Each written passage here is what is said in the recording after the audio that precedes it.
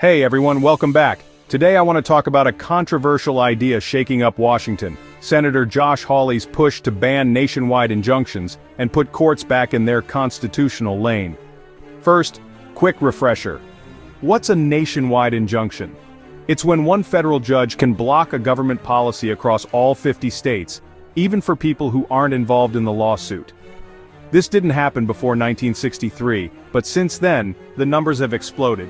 6 under Bush, 12 under Obama, 64 under Trump, and already 14 under Biden. That's a big shift from how our judicial system was designed to work. Now here's where Hawley steps in. Thank you very much, Madam Chair. Thanks to all of the witnesses for being here. Let's just start by talking about the need to be here today and the fact that what we are seeing happen in district courts is, historically speaking, really unprecedented until recent years and completely out of sync with our constitutional system. You alluded to this, Mr. Panuccio, the way that our founders designed our constitutional system. Mr. Bray, Professor Bray, let me just start with you.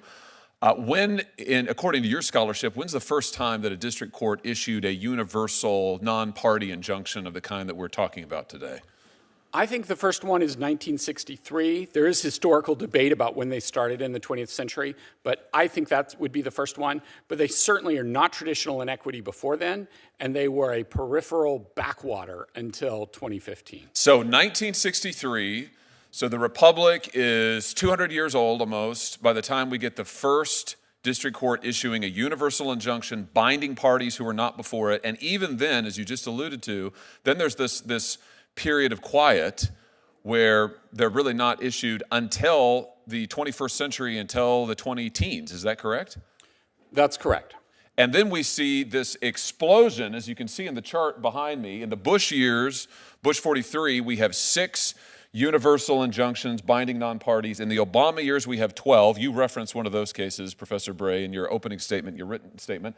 And then under Trump in his first administration, 64 universal injunctions binding non-parties, 14 under Biden, and now 15 under the second Trump administration in 1 month alone. Mr. Panuccio, let me just come to you.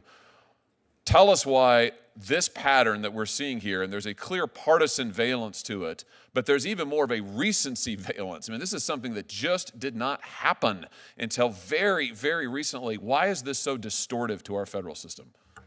He says, this isn't just unusual, it's downright unconstitutional. Judges are supposed to settle disputes between parties, not rewrite national policy with the stroke of a pen. Hawley puts it plainly. We don't want to be ruled by kings. We want to be ruled in a republic. Well, thank you, Senator. It's distortive because it has judges operating outside their constitutional role.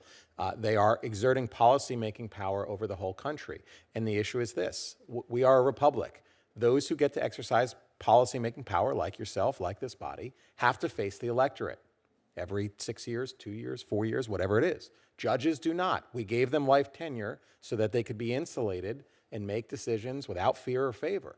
But we limited the judicial power to cases and controversies, just the party before them. And in my written testimony, I note that Hamilton said it's the least dangerous branch, but he had a caveat. Only if they exercise the judicial power. If they range beyond it, then it can be the most dangerous branch. And the public's confidence will be undermined because they have no chance to get rid of these judges because they have life tenure. They don't want to be ruled by kings. They want to be ruled in a republic where they have a vote. And here's my concern is that this pattern of, I think, abuse, this pattern of out-of-control behavior that we're seeing that's illustrated on the graph that's behind me is not decelerating, it's accelerating.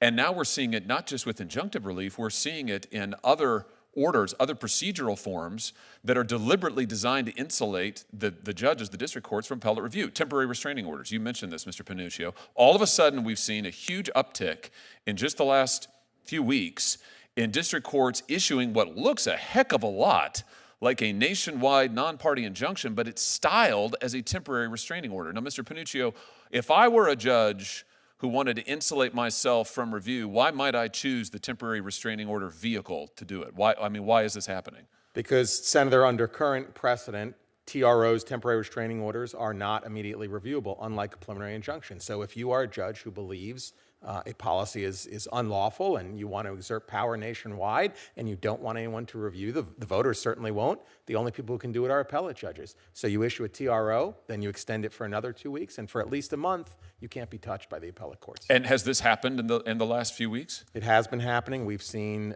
straying beyond the typical preliminary injunction to TROs and other what are being called administrative stays, which also appear to be unreviewable. So here, I think, is the issue that's before us. In one sense, it's entirely appropriate that we're here today, and it's entirely predictable given the urgency of this situation. In another sense, it's sort of a wonder we need to have a hearing on this at all, because my Democrat colleagues for the last few years have been decrying the very behavior that we're talking about now. And I think, as you pointed out, Mr. Panuccio, we've had multiple members of the last administration. For example, Joe Biden's Solicitor General Elizabeth Prelogar, she herself said in court, by the way, this wasn't a stray comment to the press, this is her at the Supreme Court, a court of equity may grant relief only to the parties before it. District courts violate this principle by issuing universal injunctions. Lately, some judges are using something called a temporary restraining order, or TRO, to block policies without higher courts being able to step in right away.